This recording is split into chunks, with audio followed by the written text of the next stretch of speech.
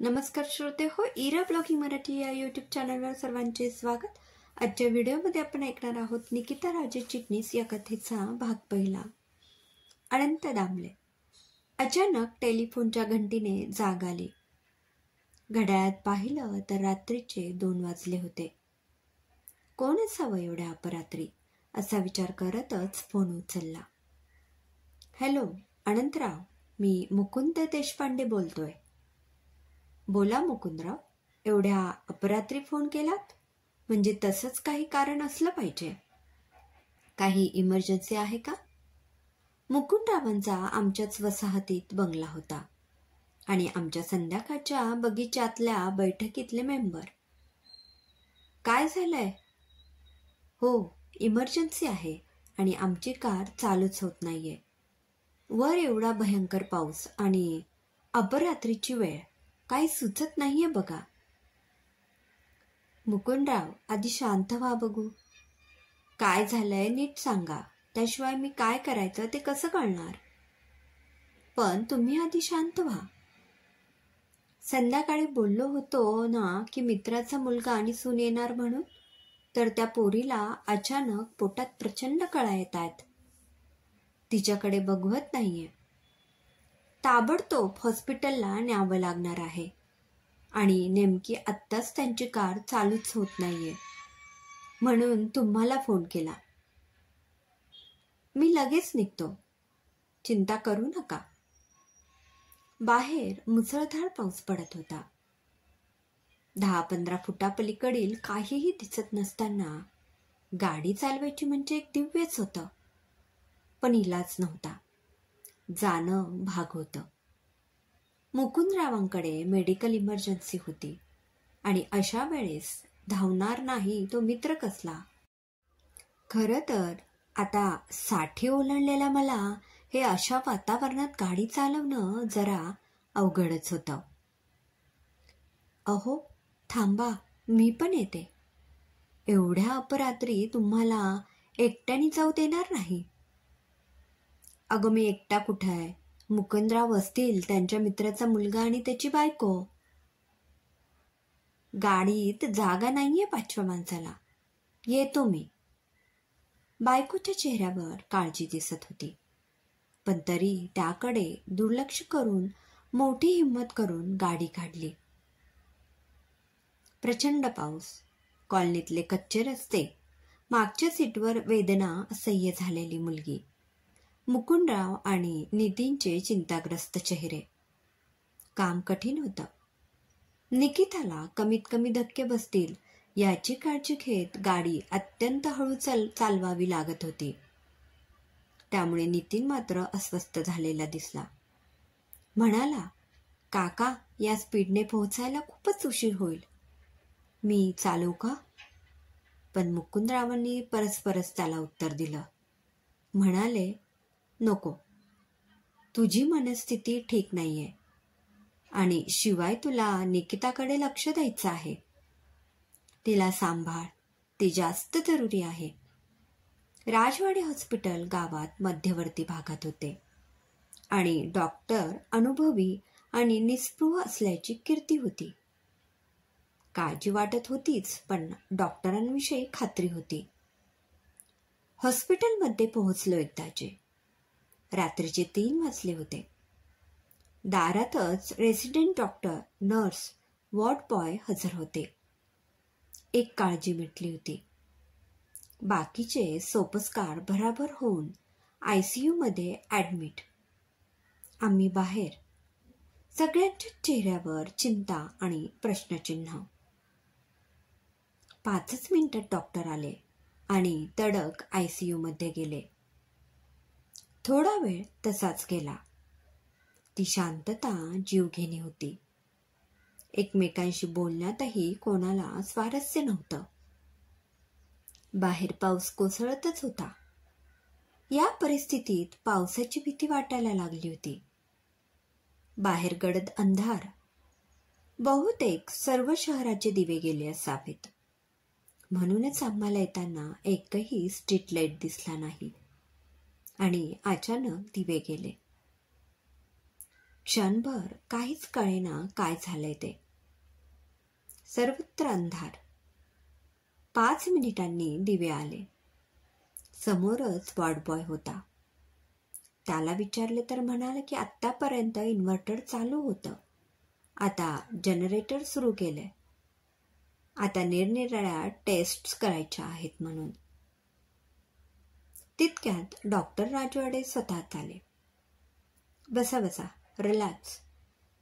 आम्ही आवश्यक त्या सगळ्या टेस्ट करायला घेतल्या आहेत, पण अपेंडिक्सची इमर्जन्सी ऑपरेशन करावं लागणार अशी लक्षणं दिसत आहेत, डॉक्टर सांगत होते.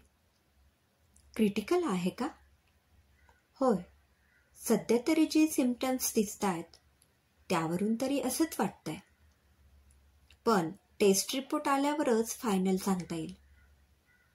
तोपर्यंत you will have to wait. Have patience. मग आम्ही आता काय करायचं? तुम्ही काहीच करायचं नाहीये. जे काही करायचं आहे ते आम्ही करू, पण निर्णय तुम्हीच घ्यायचा आहे.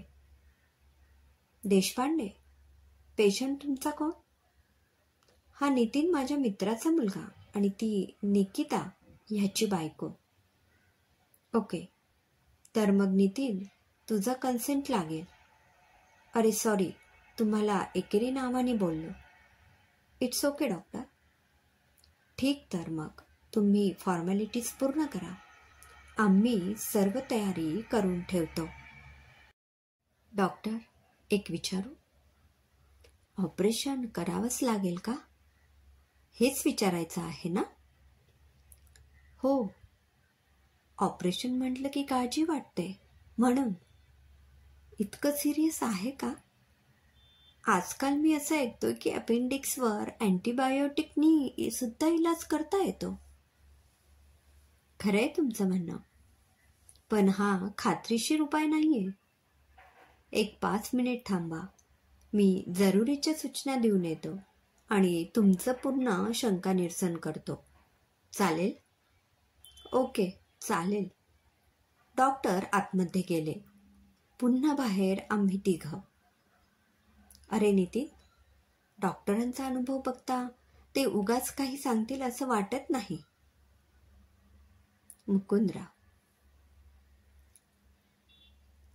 मुकुंदराव, नितीनच्या बोलण्यात तथ्य आहे.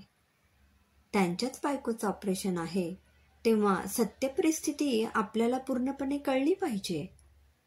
मी मध्येच म्हणालो. बघा काका, आपल्याला पूर्ण माहिती असणं आवश्यक आहे असं मला वाटतं. मग परिस्थितीशी 2 हात करता येतात आणि ज्ञानात भर पडत असेल तर चांगलंच आहे ना. तेवढंच बळ अंगी येतं. करेक्ट आहे. आम्ही दोघेही एकदम. मुकुंदरावांना पण ते पटलं. म्हणाले, पोरगा धीराचा आहे. खरंय, वादच नाही. थोडा वेळ कोणीच बोललं नाही. काका, अहो तसं नाहीये. तुम्ही दोघं माझ्या बरोबर आहात म्हणून, नाहीतर कोसळलोच असतो. आम्ही आहोतच तुझ्याबरोबर, नो वरीज. तेवढ्यात नर्स आली. डॉक्टरांनी तुम्हाला बोलावलंय. तिने त्यांची केबिन दाखवली. या बसा. आता मी तुम्हाला सर्व समजावून सांगतो, म्हणजे तुमच्या सर्व शंका दूर होतील. तुम्हाला माहीतच असेल की अपेंडिक्स हा शरीराला आवश्यक असा अवयव नाही. जिथे छोटा आतडं मोठ्या आतड्याला मिळतं तिथे एका बोटा एवढी ही ग्रोथ असते. जोपर्यंत तिला धक्का लागत नाही तोपर्यंत सर्व काही ठीक असतं. पण जेव्हा इन्फेक्शन होतं तेव्हा त्यावर सूज येते, आकार वाढतो, वेदना सुरू होतात, ताप येतो, उलट्या सुरू होतात, हळूहळू वेदना वाढत जातात, असह्य होतात. जर सूज वाढली आणि आतमध्ये पस झाला तर मग अपेंडिक्स फुटण्याची शक्यता वाढते आणि मग या परिस्थितीत जीवन मरणाचा संघर्ष सुरू होतो. मगाशी नितीन म्हणाला त्याप्रमाणे औषधे देऊन इन्फेक्शन कमी नक्कीच करता येईल. आणि हे सर्व आताही करूच, पण हे सर्व सुरुवातीच्या स्टेजला ठीक असतं.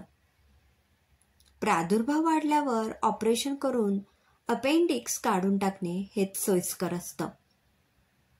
आता असह्य वेदना होत आहेत म्हणजे आपल्या पेशंटची स्टेज ही पुढे गेलेली आहे असा आमचा अंदाज आहे. म्हणून ऑपरेशन जरुरी आहे असं आम्हाला वाटतंय. आणि ही लॅप्रोस्कोपिक सर्जरी असते. अर्ध्या इंचाचा 1 आणि पाव इंचाचा 2 असे 3 छिद्र असतात. त्यामधून कॅमेरा आणि इन्स्ट्रुमेंट्स घालून अर्ध्या तासात ऑपरेशन आटोपतं.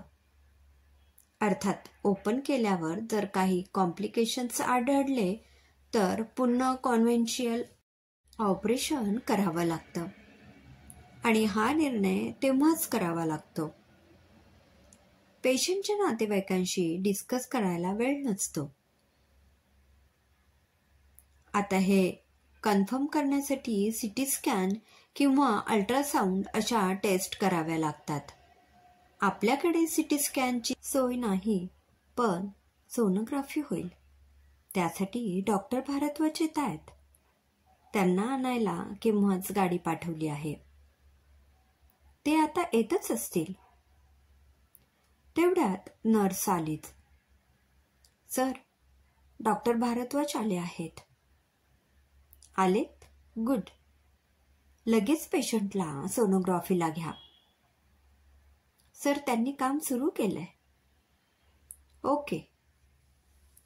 डॉक्टर, जर सोनोग्राफीत काही निघालं नाही तर ऑपरेशन टाळता येईल?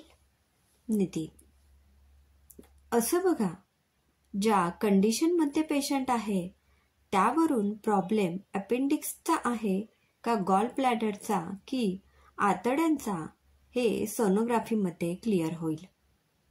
तेव्हा wait, let's see what we can do. मी तुम्हाला घाबरवत नाहीये, पण तुम्हाला वस्तुस्थिती माहीत असली पाहिजे. आणि आता तुम्ही हॉस्पिटलमध्ये आला आहात तेव्हा काळजी करण्याचं काहीच कारण नाही. आम्ही आहोत. रिलॅक्स. डॉक्टर पुन्हा आत गेले आणि आम्ही हॉलमध्ये. चेहऱ्यावरचे काळजीचे ढग जास्तीच काळवंडलेले. नितीन हादरला होता. त्याला धीर देणं आवश्यक होतं. मी मुकुंदरावांकडे नजर टाकली. त्यांनाही असंच वाटत असावं. त्यांनी नितीनच्या पाठीवरून हात फिरवला आणि त्याच्याजवळ बसले. नितीन, बाळा, नको करूस एवढी चिंता. आपले डॉक्टर हे फार अनुभवी संपन्न आहेत. पंचक्रोशीमध्ये त्यांच्या तोडीचा दुसरा डॉक्टर नाहीये. पूर्णपणे पारदर्शक व्यवहार आहे. म्हणूनच पूर्ण डिटेलमध्ये मगाशी समजावून सांगितले. तुलाही कळलं की आपण नेमक्या कुठल्या परिस्थितीत आहोत. तेव्हा डॉक्टर काय म्हणाले त्यावर विचार कर आणि थोडा रिलॅक्स हो. कॉफी घेणार? या हॉस्पिटलमध्ये कॉफी मशीन आहे. घेणार? थोडं फ्रेश वाटेल. मी कॉफीच आणायला गेलो होतो. पटकन नितीनच्या हातात मग ठेवला. आमची कॉफी पिऊन झाली होती. नितीनच्या हातात कप तसाच होता. कुठेतरी शून्यात नजर. मी आणि मुकुंदराव एकमेकांकडे बघत होतो. काय करावं, काहीतरी करून त्याला बूस्टअप करणं आवश्यक होतं. अरे नितीन, तुझी कॉफी बघ, थंड झाली. दुसरी आणू का? एक नाही आणि दोन नाही. मुकुंदराव मुकाट्याने उठले आणि कॉफी घेऊन आले. घे, कॉफी घे. आणि एक लक्षात घे की अपेंडिक्सचं ऑपरेशन म्हणजे खूप सिरियस असं काही नसतं. जर ते रप्चर झालं तर मग क्रिटिकल असतं. पण निकिताची केस तशी नाहीये. Things are very much in our control. So relax. शांत हो आणि कॉफी घे, म्हणजे बरं वाटेल. घे घे, नाही तर पुन्हा थंड होईल. कॉफी घेतल्यावर जरा तरतरी आली. त्याचा चेहराही जरा उतरला. आम्हालाही बरंच वाटलं. अरे, आईबाबांना फोन केलास का? तिच्या मामांना कळवलंच का? मुकुंदरावांनी विचारलं. बापरे, हे तर मी विसरलोच. माय गॉड, आत्ता लावतो फोन. हे बघ, जरा शांतपणे आणि डॉक्टर जे काही बोलले ते नीट सविस्तर सांग. त्यांनाही पूर्ण कल्पना दे. हो. मुकुंदराव आईवडिलांच्या ऐवजी मामांना का? अहो, तिला आईवडील नाहीयेत. मामांनीच तिला वाढवलंय. ओ, आय एम सॉरी. क्रमशः. श्रोते हो, कसा वाटला कथेचा पहिला भाग कमेंटमध्ये जरूर कळवा. पुन्हा भेटूया कथेच्या पुढील भागात. धन्यवाद.